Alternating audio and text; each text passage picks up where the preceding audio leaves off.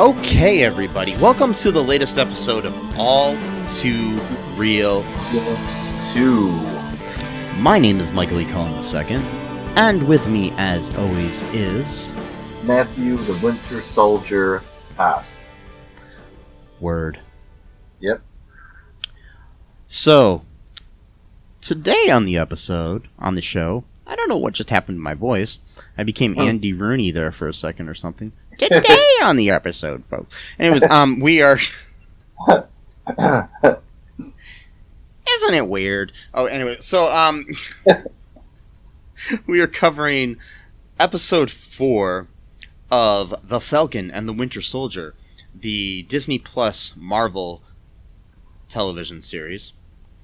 We are covering episode 4, which is entitled The Whole World is Watching, which is an appropriate title here. It was directed by Kari Skogland, who's directed all the episodes, and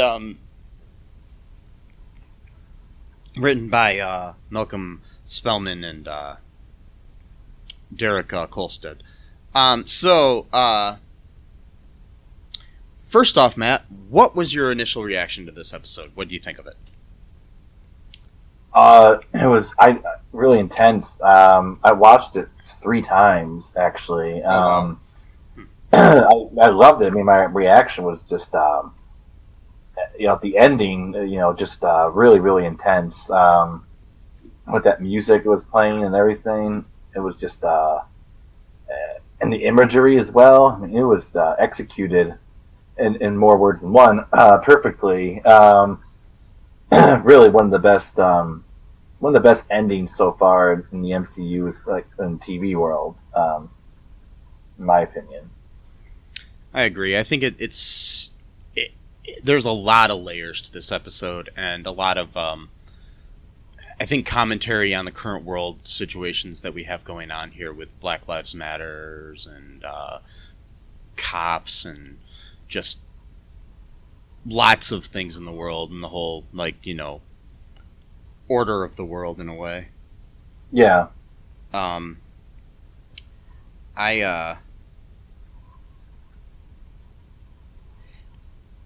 think that, it's hard to say which is my favorite episode so far, but I really do like this episode. A lot does happen.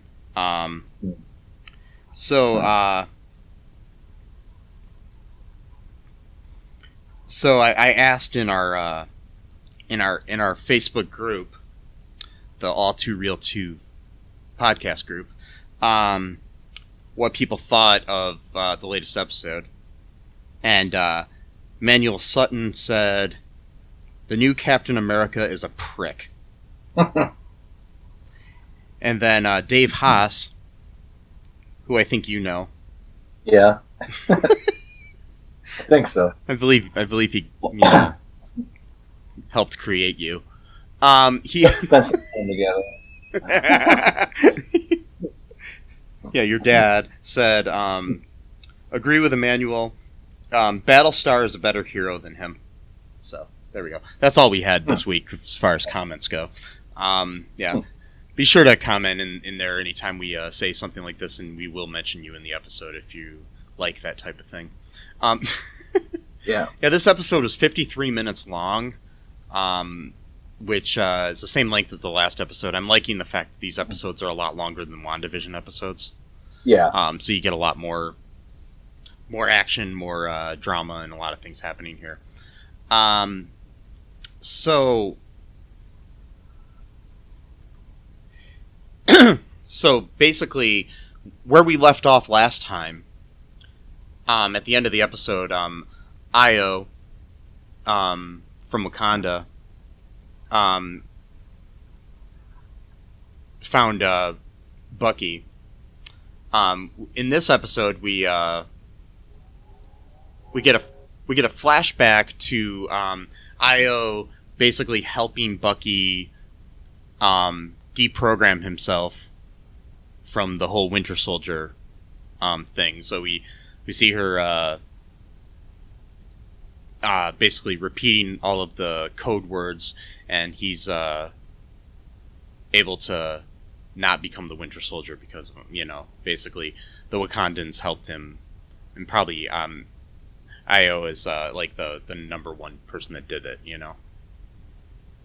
Yeah, that was such a moving scene for me, watching that a few times actually. Each one, I see a little bit more nuance to what's going on. Like, he's reliving all of these moments from like different words that she says, like furnace, freight car. I think you've triggered me, Matthew. I am now the Winter Soldier. No.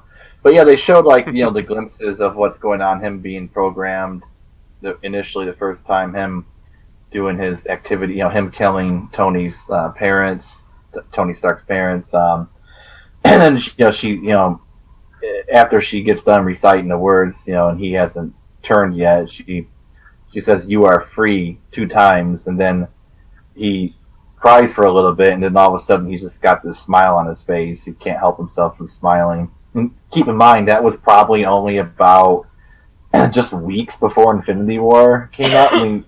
The timeline. Yeah.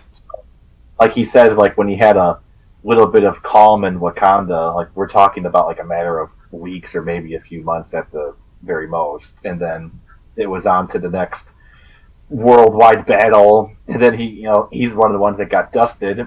So then he returned 5 years later, but to him, it was pretty much just moments later, as far as consciousness was concerned. So like, Io, kind of felt, betrayed that, he broke out Zemo because he's the one that killed King T'Challa in, was it Winter Soldier or Civil War? T'Chaka, yeah. T'Chaka, sorry. Civil War, yeah. T'Challa is Chadwick Boseman's character. Oh, okay, yeah. All right. Yeah, he killed King T'Chaka and then framed it on Bucky or James Barnes. And so, she's like, it took a lot of time and resources to deprogram you, and, this is kind of what you do to us, is you break out the guy who killed our king. And it wasn't just the fact that, their king died, but, they were the royal guard, it was their, like, it was not just their job, it was their, like, life purpose to protect the king. Yeah. And they failed to do so it brought shame onto them, at least, in their minds. So it's like, there's a lot of hurt feelings, not just hurt feelings, a lot of very nasty feelings about the fact that they helped them. And plus, too, although she didn't mention it, but I'll say it, I think there is kind of a racial connotation to that, too. We always hear all these stories about black people helping white people find themselves and stuff like that. And here we have literally an African country helping this guy get back to who he was. And then he goes, you know what I mean? I mean, yeah, granted, it's the whole Legend of Bagger Vance sort of thing. The whole what they call the magical Negro. Right. I mean, I wouldn't say this is exactly like that. No, but it's similar kind of concept. It's just the idea that, like, this African country, literally, because when she said time and resources, that makes me think it wasn't just reciting the words back to him that was able to deprogram him. Like, there must have been other things, you know what I mean, that allowed him to be deprogrammed. Yeah. I don't think it was just constantly reciting the words over and over until he couldn't change. You know what I mean? Well, and I mean, even that, even if it wasn't, there's the basic resources of housing and feeding him. Yeah, exactly. I mean, that too. Yeah. I mean, it's just. Yeah. So there's that going on. And his response to everything is basically that it's the means to an end, which makes sense. Right. I mean, basically he's basically the only one that can help them in this situation right now. Right. And this whole episode is pretty much about means to an end. Like, literally. Everything about this episode is about, do the ends justify the means? And every single main character is having this question right now going on.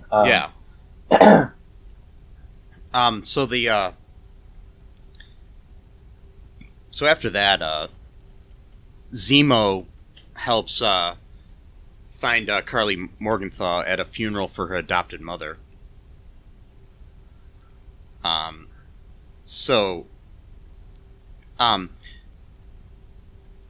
Basically, Walker, John Walker, aka the new Captain America, and Hoskins, the Battlestar, basically intercept them on the way to the thing. I mean, it was an interesting way that Zemo helped them find it. It was through he gave candy to kids. Yeah. It was kind of creepy in a way. Yeah, it's like, I got a van full of candy. You know, yeah. It's Turkish delights. Yeah. Which I actually like Turkish delights. A lot of people don't like them. I kind of like. I think they're good candy. But Turkish delight on a moonlit night. Take me back to Constantinople. No, you can't go back to Constantinople. Been a long time gone. Constantinople, get the works. It's nobody's business but the Turks. Wow. Sorry. Anyways, anytime I hear Turkish delight, it just reminds me of that song. Oh. So, Istanbul, not Constantinople. Yeah. Made famous by They Might Be Giants. Oh, that's right. I forgot the name of that band. You know, Istanbul, what that word means. What does it mean? Islam is conquered, I think is what it means. Really? That's why they changed the name, because when the Muslims took over, started the Ottoman Empire, because Ottoman is basically just a Turkish variation of Uthman, and Uthman is named after the third caliph in Islam, Sunni Islam. The Shias believe that Ali was meant to be the first caliph. And Istanbul, and Turkish, because Turkish language is like 20% Arabic and 80% its own language. And so when they took over, they changed the name of the city to Istanbul to say Islam is conquered. To basically put their mark. People do this shit all the time. It's not just Muslims. Christians do the same exact shit. But it's just a way of like saying, we're in charge now. It's funny that they changed it from Constantinople, which was named after Constantine. Who is a Christian leader anyways, so it was like it was just a change of power. Yeah, exactly. Yeah, but I mean, my thing is the name of this town was already basically saying Christianity was better. Exactly. It's just what it's like power changed hands is all it was. Now I know it's a weird tangent I'm going on, but like Erdogan, who's the dictator of Turkey, he calls himself president, but he's pretty much a dictator. And he's so like in the Hagia Sophia. How do you say it? Hagia Sophia. I'm not sure. There's a temple called the Hagia or the Hagia Sophia in Turkey, and excuse me, even during the reign of the Ottoman Empire, for most of its reign, which is lasted about 600 years or something like that, or maybe a little bit longer, and they even during that time when it was clearly Islam dominates that area, that temple was like a neutral zone, it wasn't like a mosque. It was everyone could worship in that same place. So Jews could go in there, Christians, Muslims, even some of the people who maybe had a sort of pagan pre-Islamic Turkish religion or whatever, they could all worship in that place, and it was meant to be kind of like a universal neutral zone or whatever. But Erdogan last year, because he's trying to consolidate power to himself to become a dictator in that country, and he's using Islam is like his like conservative Islam is sort of like his power base or whatever. Because Turkey used to be actually, I know it's got nothing to do with the Falcon and the Winter Soldier. Just bear with me. So Turkey used to be like a secular, like a secular nationalist state, and so much so that they actually changed the Arabic alphabet into Latin. They made the Muslim men wear like Western style suits. They made the women like take off the hijab. Like they literally like forced like European, like modern type of European dress and language and culture on onto the people, even though most of them were religious Muslims, and they tried to like basically like indoctrinate them out of that kind of belief system and culture for like 30, 40 years straight. And then all of a sudden, back in the 80s or late 70s, conservative Islam started to become ascendant again, and so then because a lot of those guys were businessmen, really successful businessmen, and you know how that always goes. When the people who got the money, they pay off the government. You know the whole symbiotic relationship. Yes, it's got nothing to do with Falcon, and then so he, long story short, because that's his power base, that's where his money comes from as well. So he's using that base to consolidate power to himself, and then he officially turned Hagia Sophia into a mosque last year, basically as his way of saying like fuck you, like everyone else, like I'm becoming your dictator. This is a mosque now. I don't give a shit for the past 1,000 years that this place was like a neutral zone. Now it's a mosque. Either get over it or complain about it, and I'll arrest your ass. And that's my review of Falcon and the Winter Soldier. The whole world is watching. Sometimes you get history lessons here, you know. So, yes. So back to the show. So Zemo basically through this little kid helped find out where the funeral was going to be. After both Sam and Bucky tried as well and failed because nobody was talking to them, you know. Mm-hmm. So basically he got them to tell by giving little kids candy. Yeah, it sounds bad. But also, too, he told them that Sam and Bucky were bad people and don't trust them. Yeah. So he's got his own little agenda, like usual. Yeah, I'm sure he does. So basically, they get to the funeral.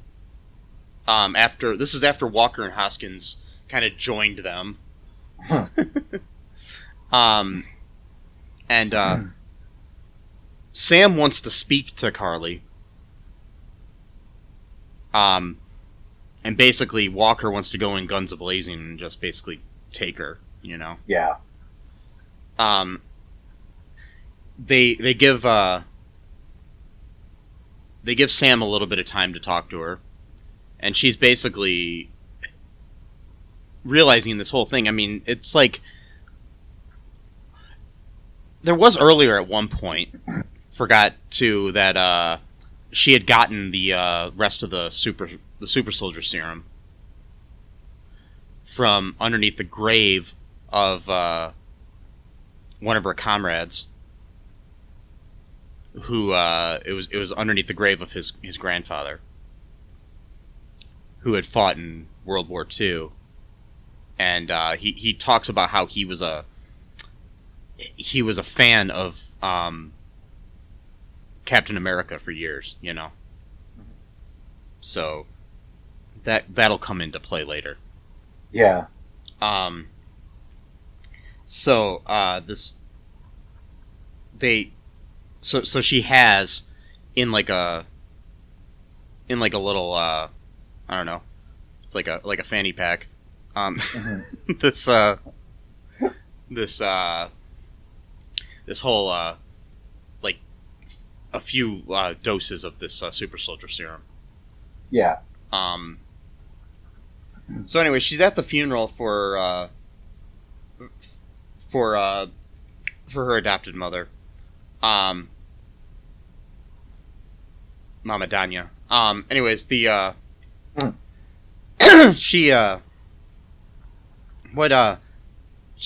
so she gives this like really impassioned like eulogy at the thing and speech about what they're fighting for, basically. And Sam's up in a balcony at the location there, and she sees Sam while she's giving her speech. She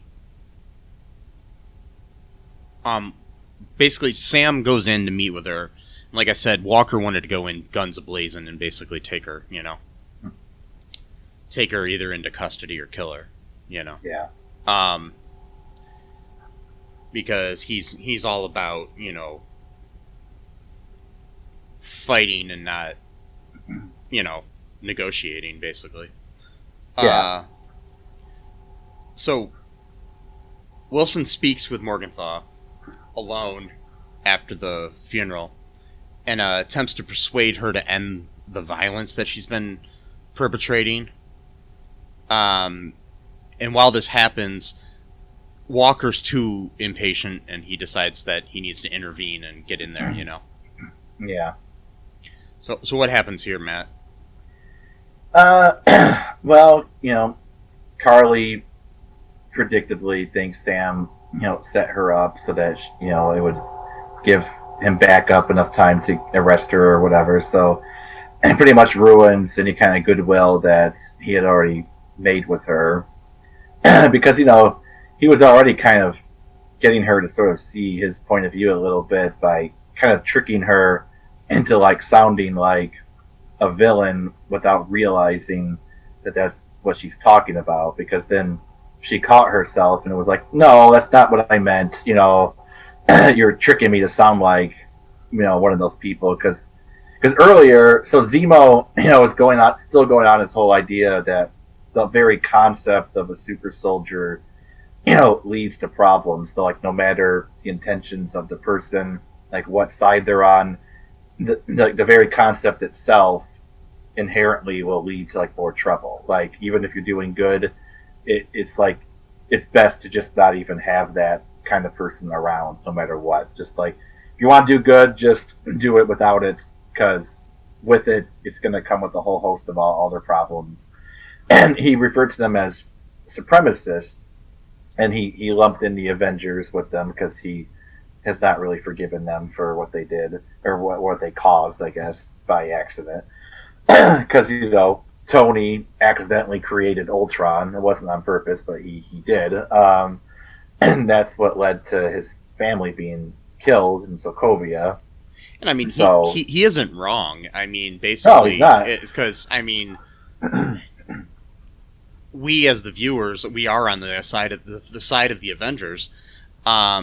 It's just they sometimes do things that are not right because nobody's perfect, and right. It's kind of like the basic concept. I mean, that falls into this and almost any superhero thing is like what Harvey Dent said in The Dark Knight, where it's like, you either die a hero or you live long enough to become the villain. Yeah, exactly. Because once you build a power base, now politics get involved and you have to govern somehow. And, there's always going to be people that don't agree with your form of government. And then you have a choice to make. Either you go through with all your plans without any resistance and you just quell any resistance you have because you know best and they're just going to have to deal with it somehow.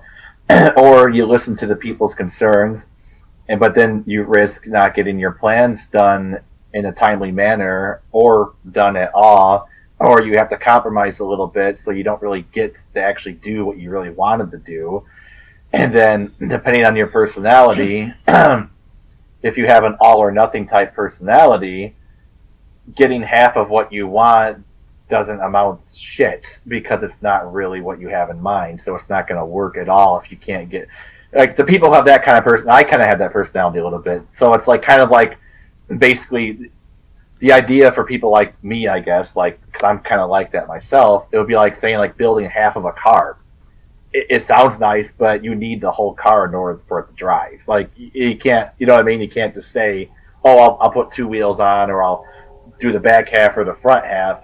The whole car needs to be assembled in order for it to run effectively. Yeah. So Zemo is basically, that's what he believes is, but then even he starts talking like that, saying that, super soldiers should not be allowed to exist. So then Bucky's like, well, you sound like you're talking like a god now, that you're saying that they can't exist or they must not allow to exist. So there's a lot of this idea of supremacism, but also to using supremacism in order to end other forms of supremacism, like Zemo, and then we find out later on Carly, when Sam is kind of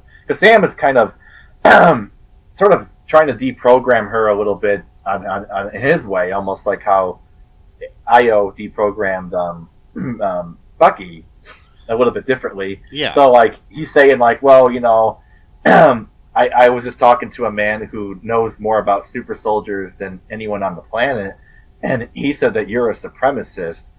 And she's like, no, that's ridiculous. I'm trying to end supremacy, and they're the ones that are supremacists. And he's like, okay, well, do you have more serum? And she's like, yeah. So, and he's like, okay, you're going to build an army, right? And she's like, yeah. And it's like, well, you're killing innocent people. And she's like, they're not innocent. They're just roadblocks on my way to get what I need to get done. And it's like, it just sounds like a terrorist would say, It's basically what she's doing is she doesn't understand that she's fighting fire with fire.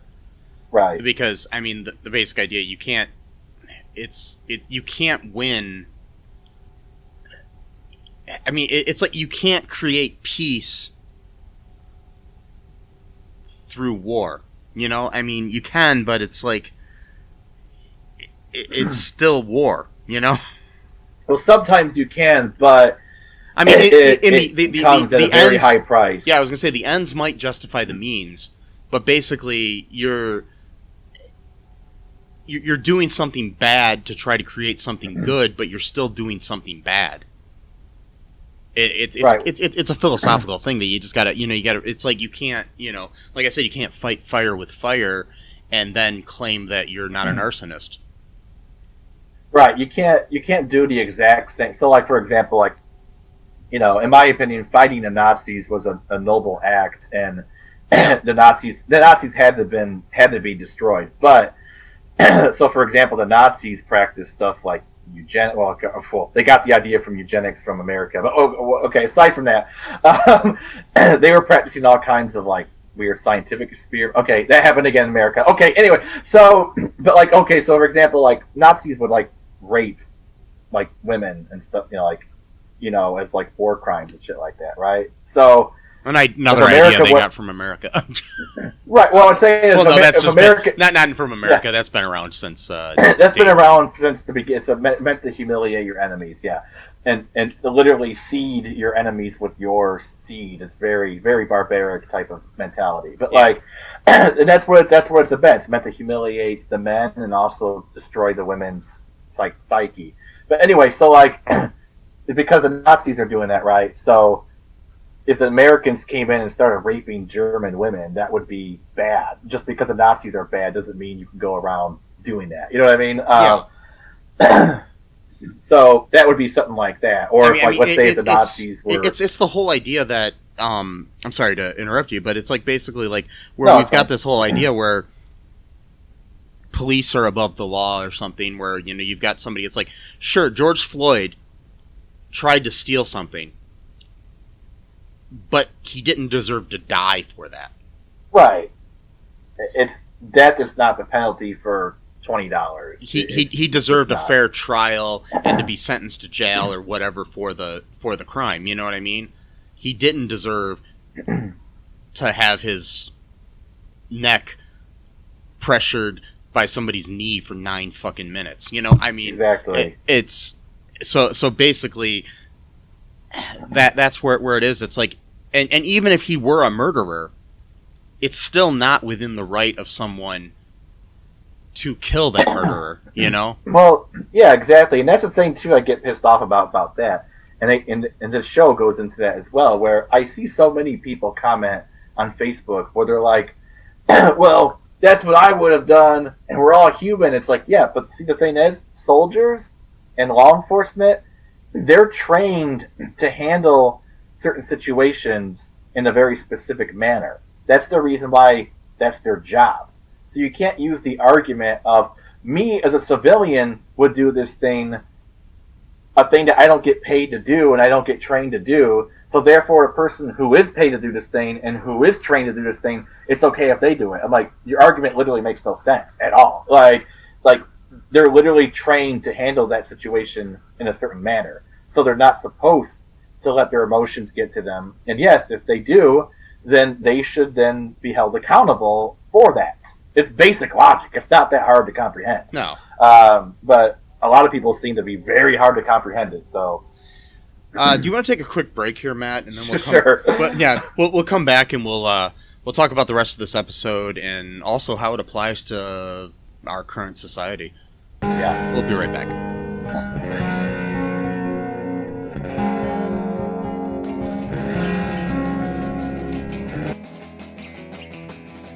What is Gen X? What is the silent generation? What do generations have in common? Hi, I'm Trish the Dish from the Gen X Voice podcast, and I invite you to listen to conversations I have with folks from different generations, backgrounds, beliefs, and experiences in an attempt to see what connects rather than divides us. Even though Gen X has been called slackers, Karens, or not mentioned at all in some cases, we are the bridge generation, so I feel compelled to do my part to destroy ageism by bringing all these voices together.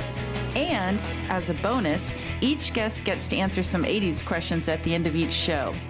So download and listen to Gen X Voice today on Apple, Spotify, Amazon, or wherever you listen to podcasts. And let's see how much we have in common after all.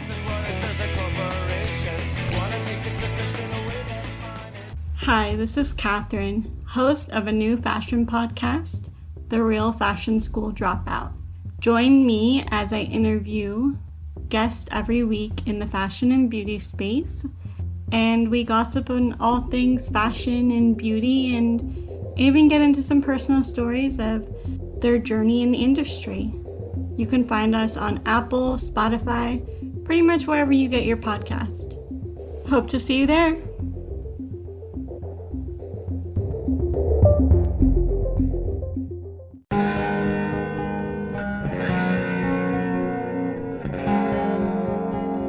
And we are back. Okay, so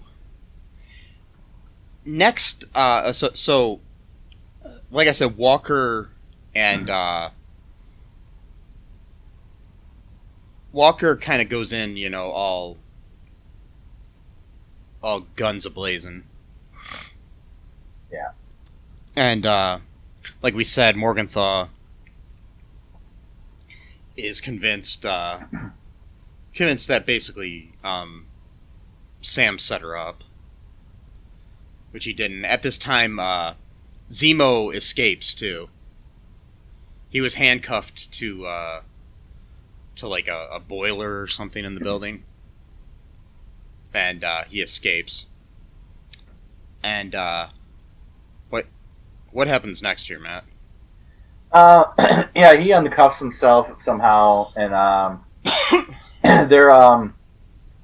Bucky is trying to go after Carly because he's got, you know, the super strength as well, and they're like scaling stairs and rooftops or whatever, and Zemo ends up shooting Carly. Yeah. And which again is kind of weird because like I always assumed that like having super strength, like you'd be able to withstand bullets. I thought Steve could, but maybe he had more of it or something. Maybe they got like a smaller dose because they're like divvying it out between more people. Or I don't know. I mean, I'm not sure. It might just give you strength. It might not give you super healing. Right, but I'm pretty sure Captain was probably stabbed at least a few times in his life. You think that at some point he would have got shot or anyway? I don't know. Maybe you heal. Maybe you don't heal fast, but you can't die from it or something. I don't know. You know what I mean? It's maybe. hard to say. Yeah, exactly. So anyway, she gets shot like in the stomach or something, or like maybe her side, and she's hiding behind like the boiler or whatever, and she drops all of the vials of the serum, and Zemo just starts stepping on all of them, because again, Zemo doesn't really want superpower for himself. He just wants that stuff gone. So he starts stepping on all of the vials, and he breaks them.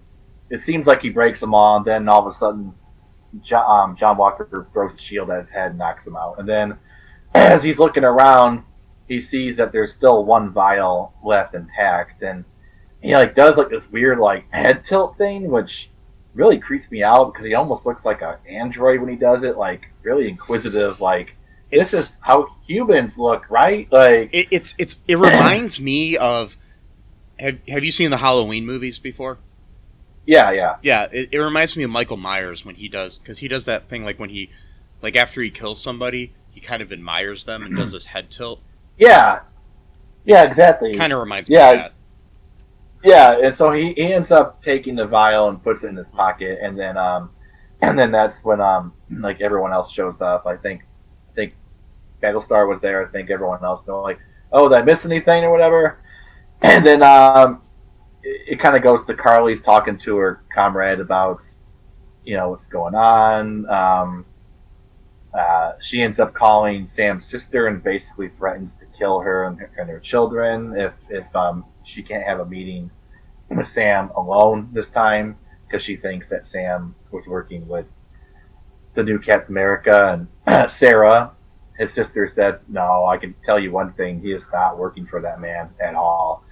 But she doesn't really believe her fully. And then so that's going on outside, and then back at the loft that Zemo owns, I think, and they're talking again, and they're arguing with each other. John basically threatens to fight Sam for no reason whatsoever. They're just getting into a regular argument. They weren't even yelling at each other. He's like, I'll put down the shield. Let's do it man on man. So it's again, this guy is a freaking short fuse. He should not be a soldier. No. And again, it goes back to that whole idea of oh, well, that's what I would do. It's yeah, but you're not a soldier. You're trained to be a certain way.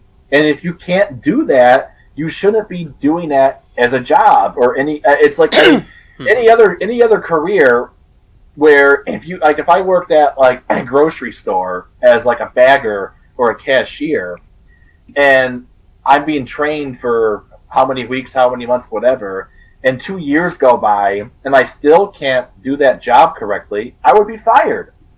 But somehow when it comes to the Army, the military, and the police, we're expected to give them more leeway than we would to a cashier who can't do their job. I'm shouldn't we be giving more leeway to the cashier because they're not threatening anyone's lives by messing up? It makes our priorities. Yeah, it's if a cashier gives out the wrong change, nobody's gonna die.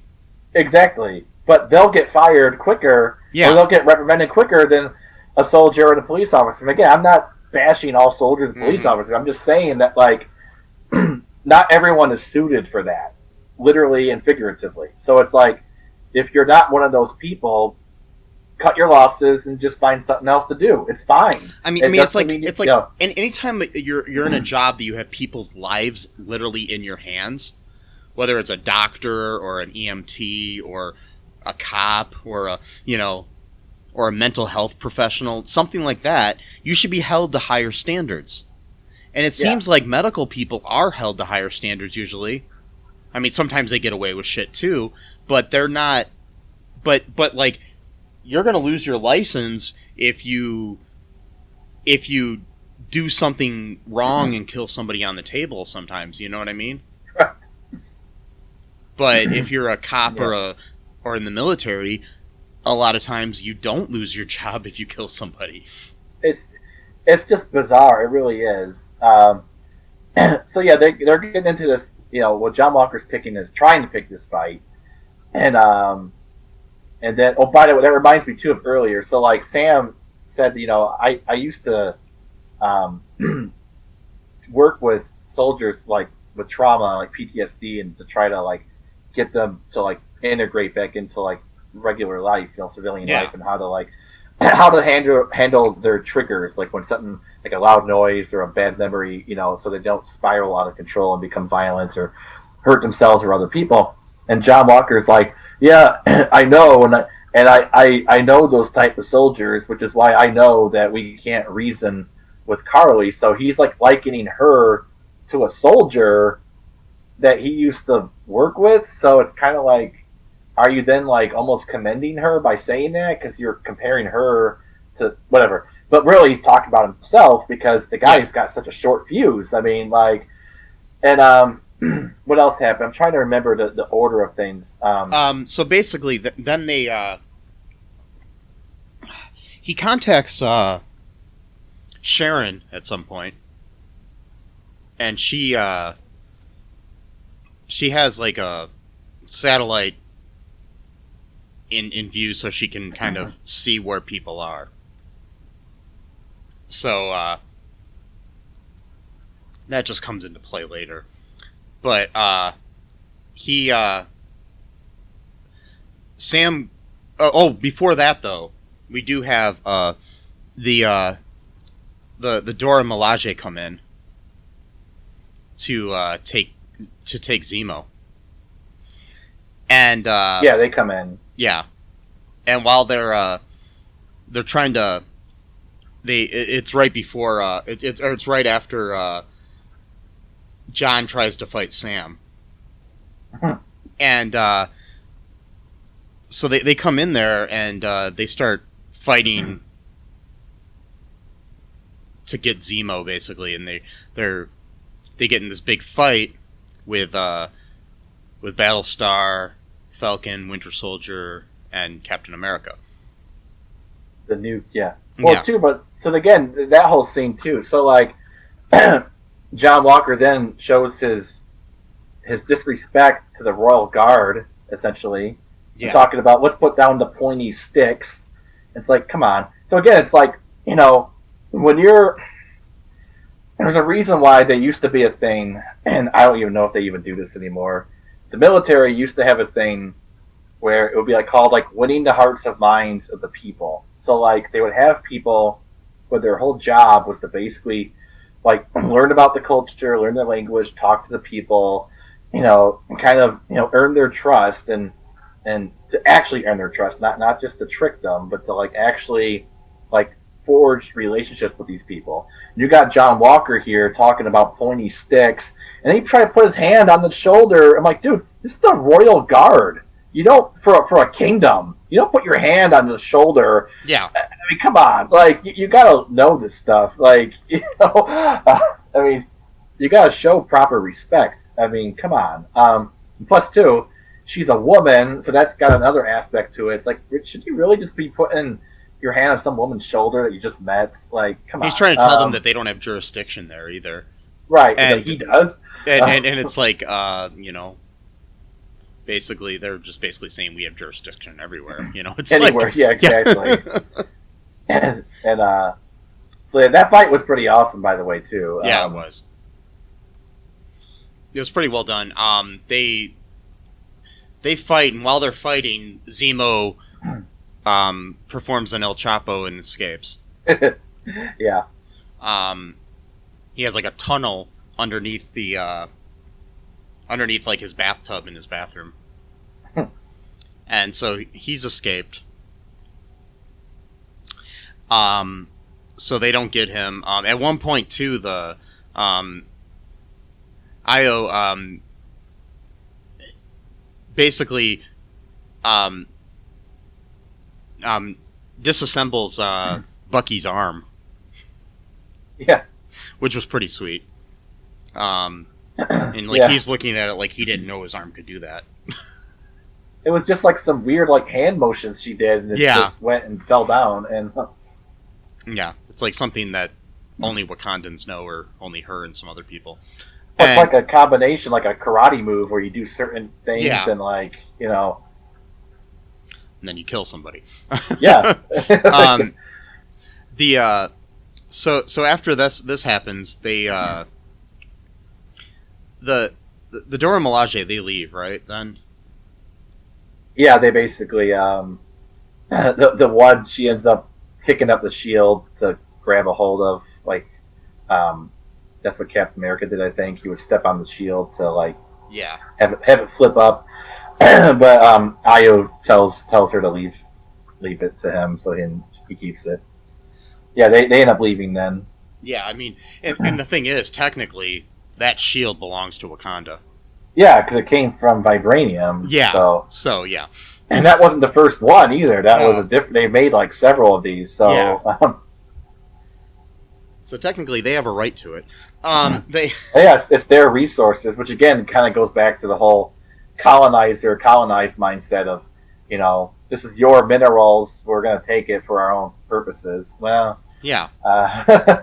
And it's also symbolic in my mind too of the whole fact that, you know, basically this whole thing is like, I mean, without Wakanda there is no Avengers, there is no all of this, and it's like it's kind of the cradle of civilization sort of thing in Africa.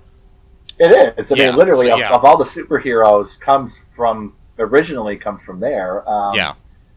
And they split off into different groups. You know, you had the people up in the mountains. They were, you know, they had different philosophy, but so like Tony Stark probably wouldn't have become Iron Man. Yeah, I mean, Captain America definitely would have become Captain America. Yeah. So then next we have Sam goes to meet with he plans to go meet with Carly, and Bucky insists that he goes with him. Yeah. And so what happens then? I don't know. I don't remember if this happens after or before that, but Lamar and John are at a food court at a mall at some point, and they're talking about whether they would take the serum if they were offered it. I'm not sure if that happens during this time.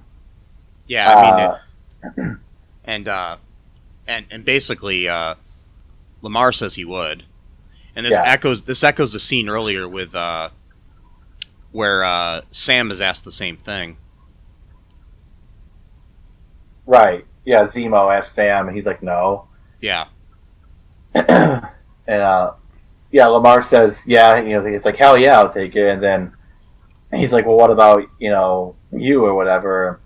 And he's like, "Well, you know, wouldn't you be worried if it changed you?" And he says, "Well, you know, is that the whole thing, that power just makes you more of who you already are, you know, type of thing?" So, which is literally what the doctors tell Steve in the first Captain America movie. So it kind of goes back to that whole thing. And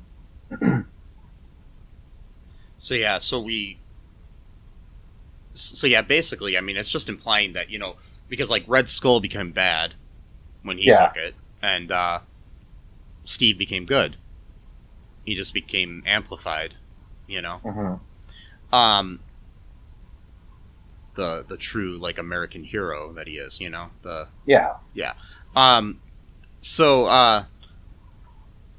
When Morgenthau and Wilson they get together, and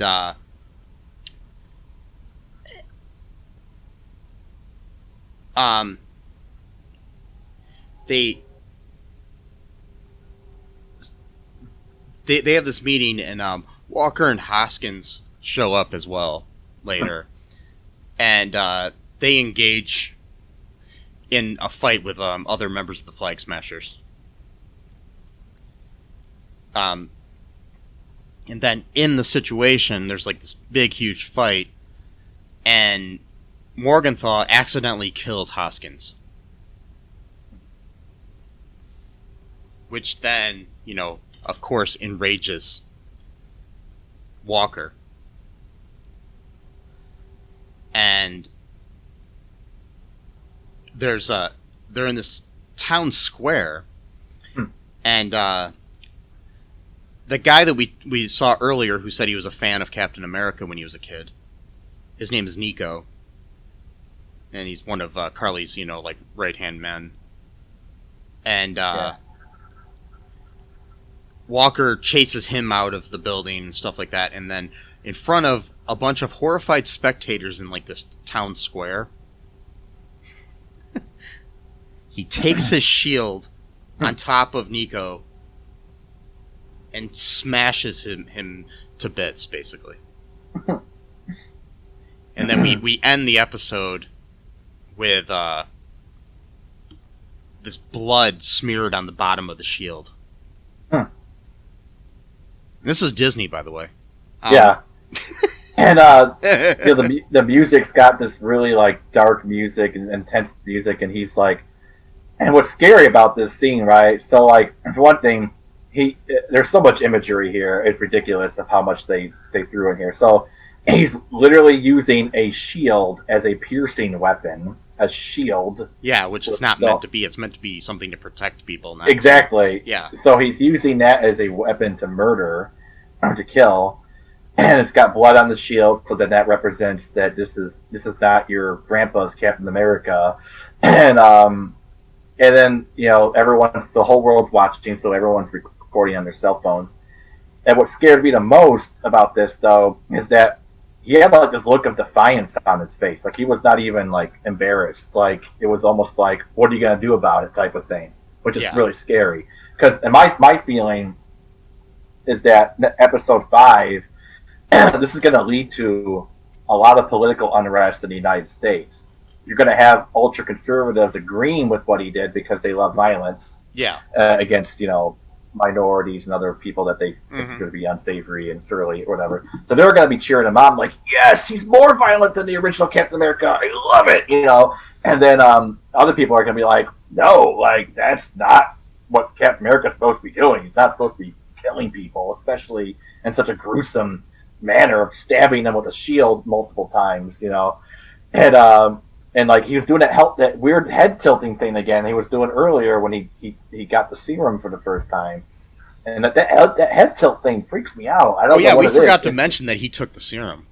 Oh, that's right. Yeah, he ended up actually taking the serum during that fight when they took Lamar. They kidnapped Lamar and they tied him up or whatever, and then Lamar cut himself out, and then that's what happened. So basically, Carly was about to kill John's going to stab him or whatever, and then that's when, well, I don't know if it would kill him, but Lamar didn't know that, so he went to jump in right at the last moment, and then she punched him really hard, and then he flew up against like a wall or some kind of thing that broke his neck, essentially. It was like a pillar in the building. Yeah, pillar.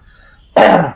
Which again, pillar, that's an interesting symbolism right there as well. Yeah. Pillars of justice, pillars of, whatever, and so interesting. Yeah, and like I said, the whole world is watching is like an interesting title for this episode because you've got all these people, watching at the end there.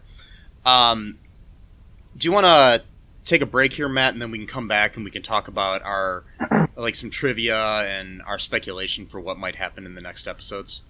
Yeah, let's do it. Okay, we'll be right back, folks. It's the Ninja from the Ask the Angry Ninja Show saying, come listen to the show. We got the Ninja Wife to give you your movie reviews. We got the Conscript to give you the Ninja News. And we got the Battle to talk about your sports. And as always, it is the Ask the Angry Ninja Show. So ask me a question, and we'll give you the ninja knowledge you need for your ninja life.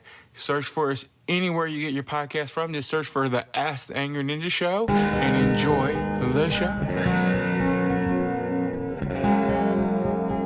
And we are back. Okay, so here's some trivia that I found here. This is the first appearance of Wakanda since the passing of Chadwick Boseman. So this is the first time Wakanda's appeared, the actual, land of Wakanda. Bucky as White Wolf is different from the comic persona, as in the comics, White Wolf is the loyal adopted brother of Wakanda's King T'Challa, and is the chieftain of the Hatut Zarazi, the country's secret police, and a brutal warrior. The title of the episode is a line from Black Panther when Okoye warns T'Challa of exact same thing as he prepares to execute Ulysses Claw in front of a large crowd of bystanders who are all recording his actions on their smartphones.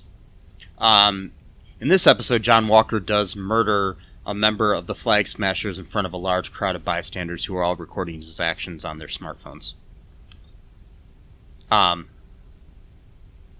The first time Captain America's shield, which is made of vibranium, is claimed by a Wakandan. In this case, a member of the Dora Milaje. Wakanda is the location of the majority of the rare vibranium metal. However, at Io's behest, the shield is immediately returned to John Walker. So yeah, like we mentioned earlier. So that's a little bit of trivia that we have there. Mm-hmm. So what do you speculate? So online, there's a rumor that there's going to be which we had when we watched WandaVision as well. Mm-hmm. There's a rumor that there's going to be a big cameo in the next episode. Okay. Well, I'll believe it when I see it, or if I see it. If there is going to be one, who would you like it to be, Matt? It would be cool if, I don't know if when they filmed this, but if it was before Chadwick Boseman and before he died, if he would show up, that would be pretty cool. I don't know if when they started filming this or not. Yeah. But I think it was after his death. Okay, well, aside from that, besides him, I would like a cameo. Do you mean like an actor or like a character? Well, it's a character. Yeah. Oh, character. Okay. I mean, it could be somebody we've already met or another Marvel character. Marvel character. Yeah. Let's see here. Well, we're in Europe. I don't know. I think it would be kind of cool if we found out that Steve is still alive and he's going to have to come out of retirement to sort of like sort this stuff out a little bit, at least from like the perspective of speaking. 'Cause I don't think he'll have the strength anymore to. I mean, he'll still have some strength, kind of like how Isaiah has it, but not enough to actually fight. You know what I mean? Really well, but so like. To basically play diplomat. Like old Steve or something? Well, yeah, what I mean is like, because this takes place 6 months after that, so I'm assuming he probably will still be alive. Who knows? But, because Bucky is, he's around the same age as, did they explain that? Why Bucky never ages, but Steve did? Is there a reason for that, or? Well, Steve went back in time and lived all those years. Okay. I can't remember exactly why Bucky doesn't, but it's like something within the serum or something. And well, yeah, because Steve went back in time, but still Bucky was alive that whole time too. So, or maybe they call him the Winter Soldier because they like freeze him for a while. I think they do put him in cryostasis or something. So he'll probably age normally then now or something like that. Okay, all right. I have my guess of who it might be somebody that's in the Black Widow movie that's coming out. Red Guardian, that would be awesome. Either him or it could be Florence Pugh's character, who is supposedly going to be the new Black Widow. Okay. Maybe her, but all of this would make more sense if the movie had already come out when it was supposed to. Right. Yeah, because they had Yeah. So who knows? I mean, it could be nobody. It could be somebody. I mean, it could be anybody. I mean, it could be somebody from an upcoming series. I mean, maybe it'll be Nick Fury. Who knows? Oh, it could be Santa Claus, because Santa Claus is a mutant in the Marvel universe. So yes, and we are in Europe, so yes. So I think it's gonna be like random guy number 3 from the Fantastic Four movie of that was never released, the Roger Corman. Did we review that one yet or not? I don't remember. I know we watched it. Yeah, we reviewed it. We just haven't released the episode yet. We will sometime soon. I totally forgot about. I know. It was not a good movie. Well, yeah, that'll be coming up soon. So stay tuned for that, folks. But anyways, overall, I really liked this episode, and I can't wait to see where this is going. We got 2 more episodes, so a lot's got to happen in these 2 episodes. Yeah, because they kind of stretched this out a bit, so now they need to really ramp up the speed here a little bit. I mean, by the end, I think somehow Sam's going to become. He's going to become Captain America, but it'll be interesting. Yeah. It'll be interesting to see how that happens. It'll be interesting to see what happens, like if there's some kind of any kind of I don't know, like